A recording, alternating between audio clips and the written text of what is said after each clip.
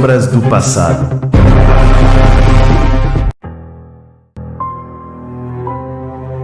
Sob um céu eternamente cinzento e as chuvas incessantes do noroeste americano, um predador silencioso espreitava nas sombras das garagens suburbanas. Jerry Brudos não era um homem comum. Ele era um colecionador de obsessões sombrias que o mundo ainda não conseguia compreender. Cada gota de chuva que caía parecia ecoar suas ações, uma sinfonia de desespero e desejo implacável. Enquanto a neblina envolvia o bairro, ocultando os rastros de mulheres desaparecidas, Brudos transformava seu porão em um museu de horrores, sua mente um labirinto de dor e anseios. Para entender o monstro que ele se tornara, precisamos voltar ao berço onde ele foi forjado. A história começa em 31 de janeiro de 1939, em Dakota do Sul. Jerry foi o filho que ninguém queria. Sua mãe, uma mulher de temperamento amargo e expectativas distorcidas, esperava desesperadamente por uma menina. Ao receber um menino, seu desprezo se transformou em um método de criação cruel e implacável. Crescendo sob sua sombra, Jerry experimentava uma humilhação constante. Muitas vezes forçado a vestir roupas femininas, um estratagema para satisfazer os desejos doentios de sua mãe. Ele se tornava um estranho dentro de sua própria pele, perdido entre o que era e o que sua mãe desejava que fosse. Foi nesse ambiente de rejeição que, há uns 5 anos, encontrou um par de sapatos de salto alto jogados no lixo. Eles eram seu único refúgio emocional, um símbolo de liberdade e aceitação. Mas essa fuga foi efêmera. Quando sua mãe descobriu sua pequena coleção secreta, a ira dela se desatou como uma tempestade. Ela o espancou, um tornado de raiva e desprezo, e queimou os sapatos diante dos olhos de Jerry. Naquele momento, entre as chamas e o choro, a mente de Jerry se fragmentou, fundindo para sempre o fetiche, a dor e a violência em um único grito silencioso. O calor das chamas não se comparava ao fogo que começava a arder dentro dele. Um desejo distorcido que lentamente se transformaria em um predador. Enquanto as nuvens cinzentas continuavam a se acumular, Jerry se tornava mais do que um homem. Ele se tornava uma lenda obscura, um eco das vozes de suas vítimas, cada uma delas uma nota na melodia trágica de sua vida. E assim, sob o céu eternamente cinzento, ele aguardava, um lobo solitário nas sombras, pronto para caçar. Nos anos 50, quando o céu do Oregon se tingia de um laranja profundo ao entardecer, a família Brudos mudou-se para uma cidade que parecia tão pacífica quanto uma pintura. No entanto, no interior de Jerry, um turbilhão de pensamentos e desejos se agitou como um mar tempestuoso. Seus olhos, de um azul quase hipnotizante, escondiam segredos que apenas ele conhecia. Enquanto os outros adolescentes da sua idade experimentavam o primeiro amor, Jerry se perdia em uma obsessão sombria, um impulso insaciável que o levava a mapear os sapatos das vizinhas. A cada par que ele furtava, uma parte de sua alma se entregava mais ao abismo. Era como se os sapatos, com suas formas elegantes e cores vibrantes, fossem troféus de uma batalha interna que ninguém mais podia ver. As tardes ensolaradas em Salem eram preenchidas por risos e brincadeiras. Mas para Jerry, cada riso era um lembrete do que ele não podia alcançar. A sensação de poder e controle que sentia ao roubar os sapatos se transformou em um vício. Ele se esgueirava pelas ruas, a adrenalina pulsando em suas veias, enquanto seus olhos perseguiam cada par que passava. Com o tempo, os furtos se tornaram mais audaciosos, até que um dia, aos 17 anos, o impulso que o dominava explodiu em uma explosão de violência que escandalizou a cidade. Era um dia claro, quando ele atacou uma mulher, não por dinheiro, mas por um par de sapatos de salto alto que brilhavam sob o sol. No momento em que as mãos dele agarraram os pés dela, algo dentro dele se quebrou. O horror da cena se desenrolou em câmera lenta, e por um breve instante, ele viu o próprio reflexo como o monstro que realmente era.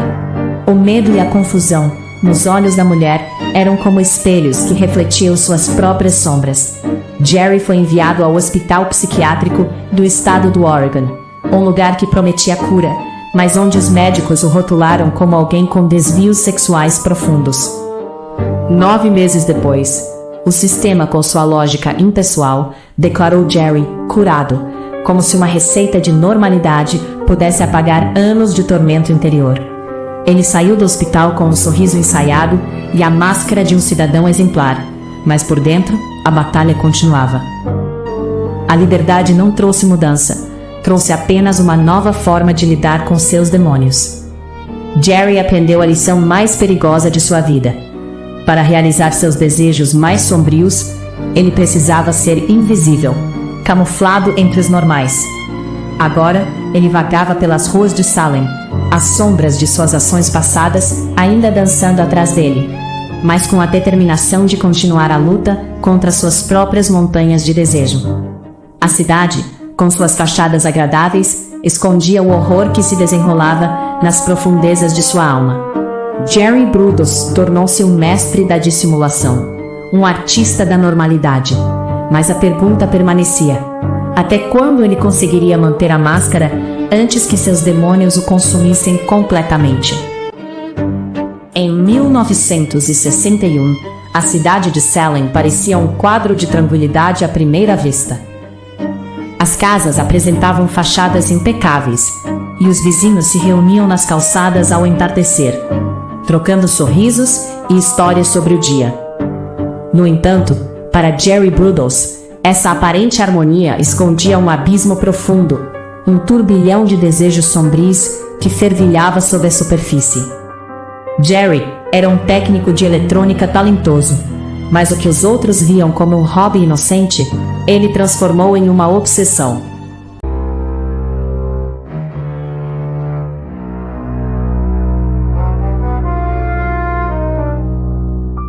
Casado com Darcy, uma mulher cheia de vida e sonhos, e pai de 2 crianças adoráveis, ele parecia um homem de família exemplar. Mas, assim que a porta da sua garagem se fechava, o que se desenrolava ali dentro era um espetáculo de horror. O cheiro de metal e materiais sintéticos preenchia o ar enquanto Jerry trabalhava em seu laboratório secreto. O espaço, uma verdadeira caverna de tesouros macabros, estava repleto de polias penduradas no teto e uma câmara escura onde ele capturava imagens que deveriam permanecer ocultas. Cada clique da câmera ecoava como um sussurro, um chamado para a escuridão que ele tanto desejava explorar.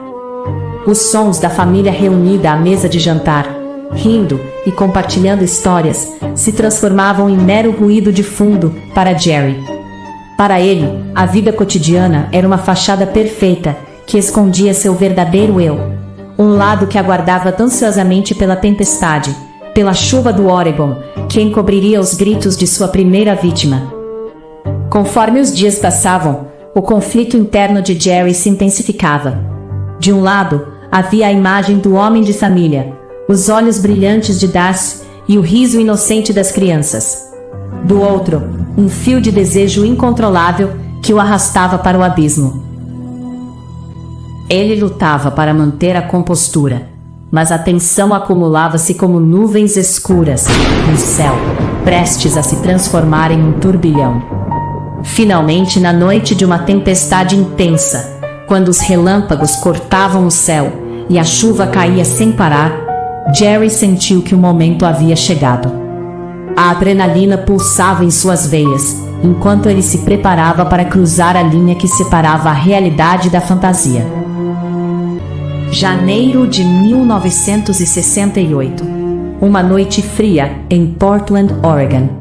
O ar estava impregnado com o cheiro de terra molhada e folhas secas, enquanto a neblina suave envolvia as ruas do bairro de Aloha.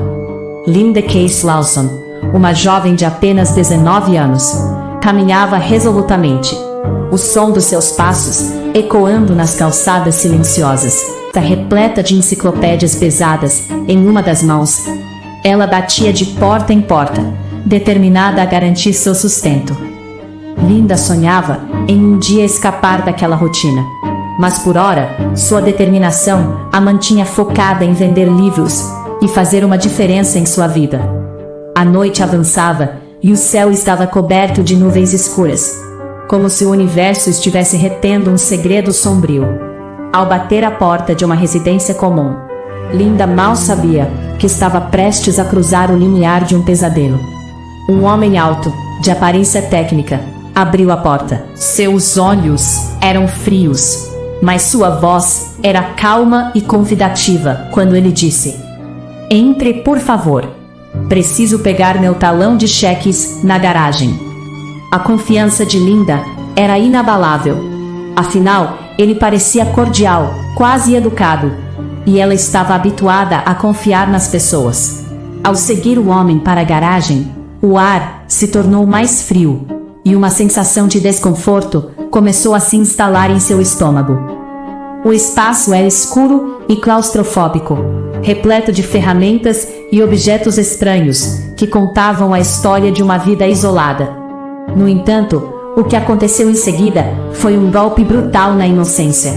Com um movimento rápido e cruel, o homem desferiu uma viga de madeira contra Linda, que caiu ao chão. O mundo ao seu redor se desfazendo em uma confusão de dor e escuridão.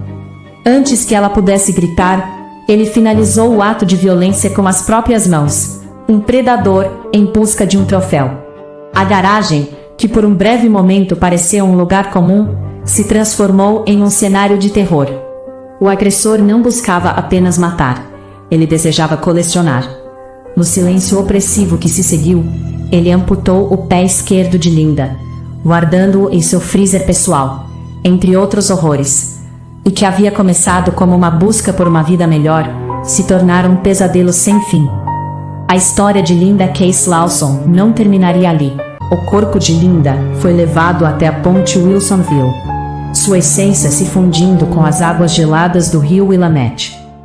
A correnteza sussurrava segredos que apenas os peixes conheciam, mas o eco do lamento de sua família reverberava na solidão da tranquilidade aquática.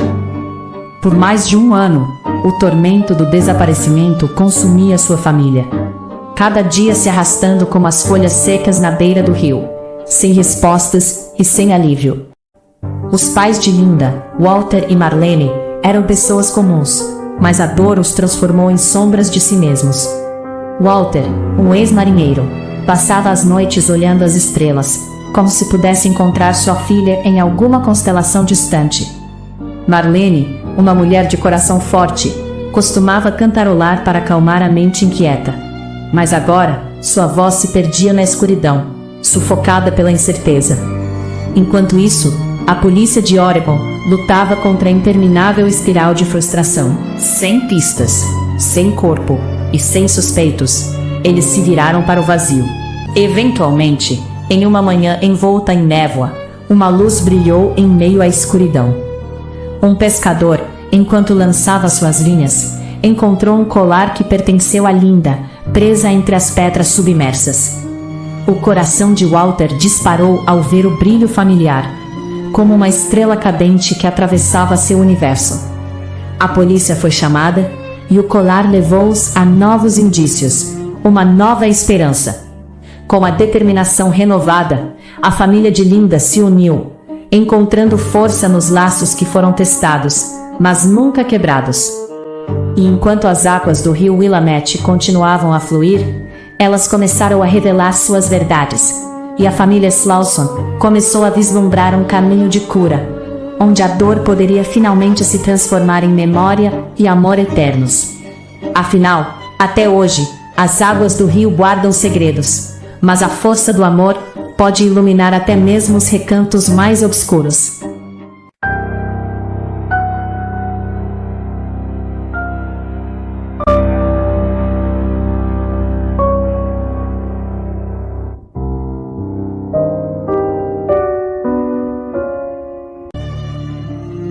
Era uma tarde chuvosa no Oregon, e as nuvens cinzentas cobriam o céu como um manto pesado. O som da chuva batendo contra o asfalto ecoava na rodovia, enquanto Jerry Brudos, um homem com a aparência de um bom samaritano, e o conhecimento técnico de um mecânico experiente, observava a movimentação com olhos calculistas. Ele parecia inofensivo, mas havia algo predador em sua postura, como um gato à espreita de um pássaro desavisado. Quando viu Jan Susan Whitney lutando com seu carro quebrado, um sorriso calmo se formou em seu rosto, e ele se aproximou, oferecendo a carona que ela desesperadamente precisava. Jan, uma jovem universitária com sonhos e esperanças, estava encharcada e exausta, sem alternativas, sob a chuva fina que não parava. A promessa de ajuda trouxe um lampejo de alívio, e alheia ao destino que a aguardava, ela decidiu confiar naquele homem. Chegando à residência dos Brudos, a máscara de normalidade se desfez instantaneamente. A casa era um labirinto de segredos, e ao ser conduzida para a oficina nos fundos, Jan sentiu um arrepio percorrer sua espinha. O lugar era um santuário macabro, repleto de ferramentas de eletrônica e o cheiro penetrante de óleo. Ali, a atmosfera estava impregnada de algo perturbador, e Jan percebeu que o defeito em seu carro não fora um acaso, mas um plano meticuloso de Jerry. O ambiente começou a girar ao seu redor, enquanto Jerry, com uma força bruta que desafiava sua aparência gentil, a dominava. A oficina tornou-se seu estúdio de horrores, e a jovem teve que enfrentar a verdade sombria de que estava presa em uma rede de obsessões malignas. Naquela noite, a luz vermelha da câmara escura iluminou o espaço como um farol de desespero, revelando mais do que fotografias. Era um retrato do início de um rastro de sangue que assombraria o Oregon. Jan Susan Whitney, uma jovem com futuro e esperanças, tornou-se a peça central de uma coleção perversa, enquanto Jerry, com a frieza de um técnico, registrava cada momento de seu sofrimento. O silêncio que se seguiu foi ensurdecedor, e a busca por Jan se tornaria uma missão angustiante para aqueles que a amavam. Mas para Jerry, o segredo de sua localização estava trancado a 7 chaves, escondido atrás de uma porta de garagem suburbana que nunca revelaria os horrores ali contidos. Era uma manhã nublada em Salem, Oregon, no dia 27 de março de 1969.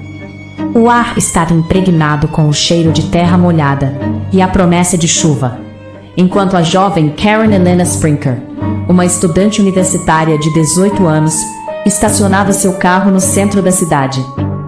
Com a excitação pulsando em seu coração, ela se preparava para encontrar sua mãe para um almoço que prometia ser leve e divertido. Uma pausa bem-vinda em meio a provas e trabalhos acadêmicos. Mal sabia ela que aquele dia, que deveria ser repleto de sorrisos e conversas, se tornaria um pesadelo. Karen nunca chegou ao restaurante. Testemunhas relataram ter visto uma figura alta e estranha, um homem que se disfarçava com roupas femininas, vagando pelo estacionamento. Jerry Brudos, aquele nome ecoou na mente daquelas pessoas como um prenúncio sombrio. Com um brilho maligno nos olhos, ele se aproximou de Karen, forçando-a sob a mira de uma arma a entrar em seu carro. A realidade rapidamente se desfez em uma névoa de terror, enquanto ela era levada para a única garagem onde a vida como a conhecia terminaria.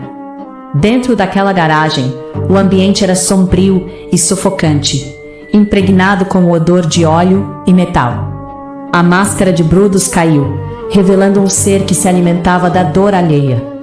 Com uma risada distorcida, ele a forçou a vestir peças de sua coleção bizarra de roupas íntimas e sapatos de salto alto. As luzes vermelhas do laboratório criavam sombras dançantes nas paredes, e a câmera de Brudos capturava cada momento de seu terror, como um artista insano, imortalizando sua obra-prima de sofrimento. As horas se arrastaram, e o desespero de Karen crescia a cada minuto. Brudos e sua obsessão por controle fez dela uma marionete em seu macabro espetáculo. Então, ele revelou o verdadeiro propósito de sua oficina. Um sistema de polias e cordas que pendia do teto, um mecanismo que ele testava com frequência, se transformou na ferramenta de sua crueldade. Suspensa, Karen viu sua vida se apagar lentamente sob o olhar satisfeito de Brutus. O último suspiro dela se misturou ao som metálico do mecanismo, um eco de dor eterna. O horror não terminou com a morte de Karen. Brutus tratou seu corpo com uma frieza clínica, mantendo-o na garagem por dias, como se fosse um objeto de sua sinistra coleção. Com um olhar metódico, ele mutilou o que restou, criando troféus humanos que seriam guardados em sua estante, como se as partes de Karen fossem peças de uma máquina quebrada, a prova de sua própria monstruosidade. Finalmente, em um ato de desespero e um desejo de esconder seu crime, Brutus decidiu se livrar do corpo. Amarrando-a a um pesado motor de carro, ele a lançou nas águas geladas do rio Long Tom, um segredo submerso que deveria permanecer oculto para sempre. Mas, no fundo daquelas águas, a vida de Karen, uma jovem cheia de sonhos e esperanças, ecoava como um grito silencioso, uma lembrança trágica do que poderia ter sido. Abril de 1969. O sol, um disco dourado e cansado, começava a se esconder atrás das colinas do noroeste do Pacífico, tingindo o céu de tons alaranjados e púrpuras. Entre as sombras do shopping de Portland, Linda Dawn Salee, uma jovem de 22 anos, se destacava.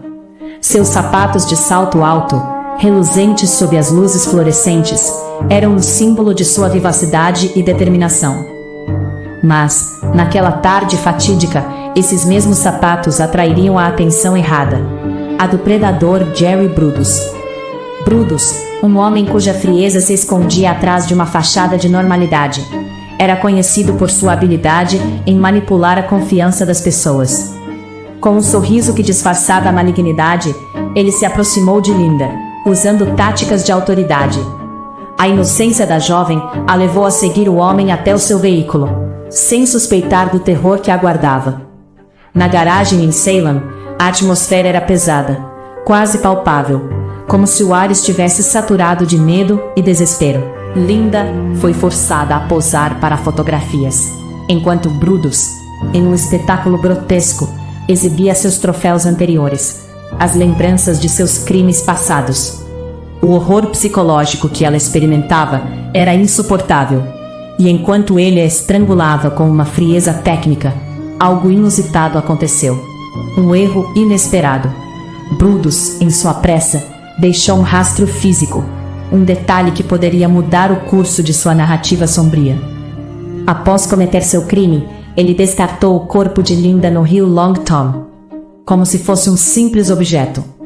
Mas sua busca por controle havia falhado. Ele manteve os sapatos dela como um prêmio macabro, uma lembrança de sua conquista. Dias depois, quando a polícia encontrou o corpo flutuando, a investigação começou a se concentrar cada vez mais na área. A sombra de Karen Sprinker ainda pairava, e agora a história de Linda se entrelaçava com a dela. Enquanto Brutus estava no auge de sua fúria assassina, a sorte parecia estar mudando. Na garagem de estacionamento da Portland State University, ele encontrou Sharon Wood, de 24 anos, uma mulher que não se deixaria dominar pelo medo. Armado, Brutus tentou forçá-la a entrar em seu carro, mas Sharon se tornou uma tempestade de resistência. Em um momento colossal de coragem, ela mordeu seu polegar com tal ferocidade que o fez sangrar. Um ato de desespero que o pegou de surpresa. Observando um veículo se aproximar, o predador, agora vulnerável, recuou e fugiu, deixando Sharon marcada, mas viva.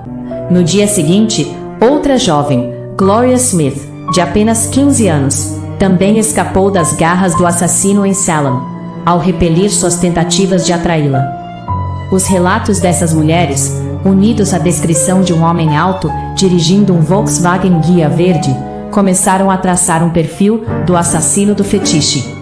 Seus testemunhos foram o início do fim para as sombras que cercavam a garagem dos horrores de Jerry Brutus. Enquanto a polícia avançava, as mulheres tornaram-se símbolos de resistência, provando que até mesmo nas noites mais escuras, a luz da coragem pode iluminar o caminho para a justiça.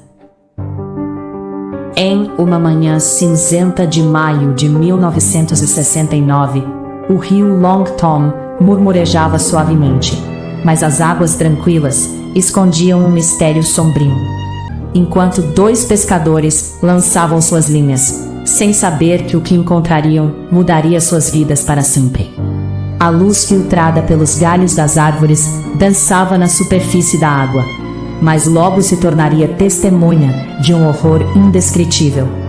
Quando as correntes revelaram os corpos de Karen Sprinker e Linda Sally, flutuando como sombras perdidas, o mundo se silenciou em choque.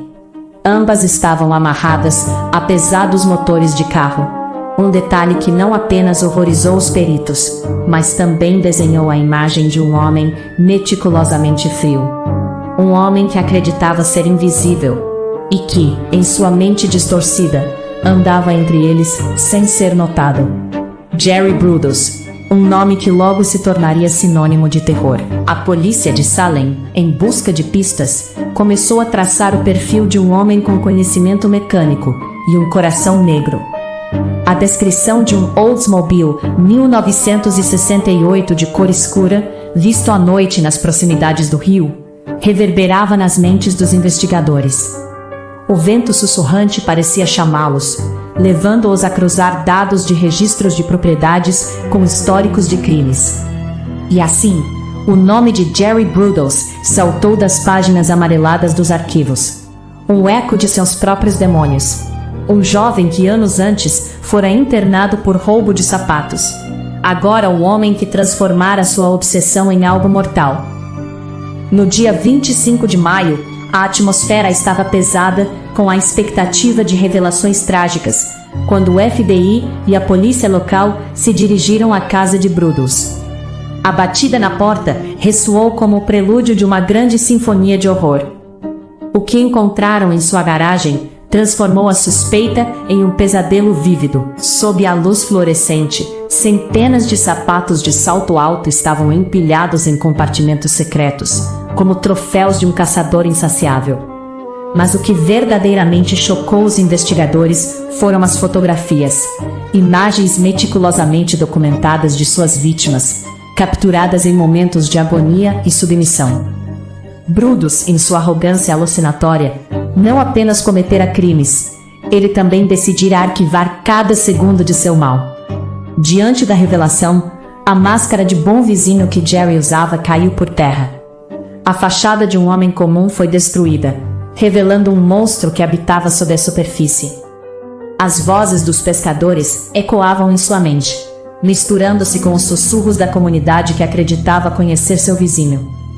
O horror absoluto que agora se desenrolava diante deles não era apenas uma mancha em sua cidade, mas uma ferida profunda na alma de todos que viveram nas sombras de seus atos.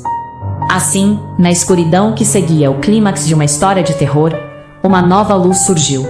A captura de Jerry Brudos não apenas trouxe justiça para as vidas perdidas, mas também lembrou a todos que, mesmo nas profundezas do mal, a verdade sempre encontrará uma forma de emergir.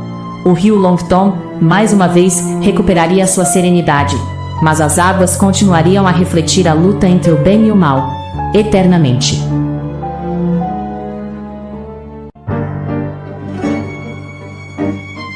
Em junho de 1969, o Tribunal de Salem, no Oregon, tornou-se o epicentro de um horror que a sociedade americana ainda mal conseguia processar.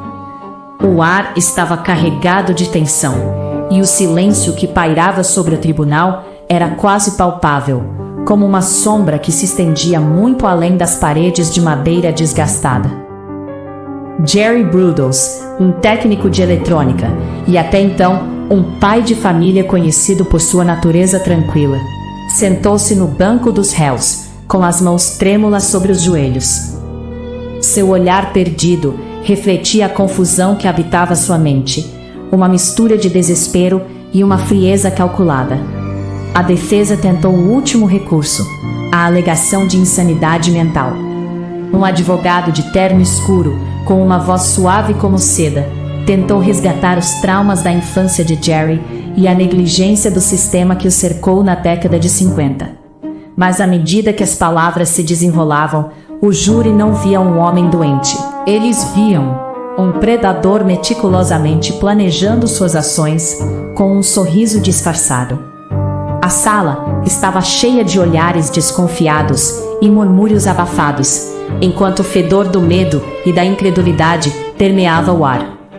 As centenas de fotografias, reveladas em sua própria câmara escura, eram testemunhas silenciosas e incontestáveis de sua crueldade. Cada imagem, uma faceta do horror, contava uma história que não podia ser ignorada. O brilho do flash ainda parecia ecoar nas cabeças dos jurados, e a indignação se transformava em aversão, à medida que cada clique da câmera revelava uma nova dimensão de seu terrível legado. Diante das provas esmagadoras, Jerry Brudos foi condenado a 3 prisões perpétuas consecutivas. As paredes do tribunal pareciam se fechar em volta dele, enquanto as palavras do veredito ecoavam como um trovão em sua mente. Ele deixou o tribunal sob um silêncio pesado, o peso do que havia feito esmagando-o, destinado a passar o resto de seus dias atrás das grades da penitenciária do estado do Oregon.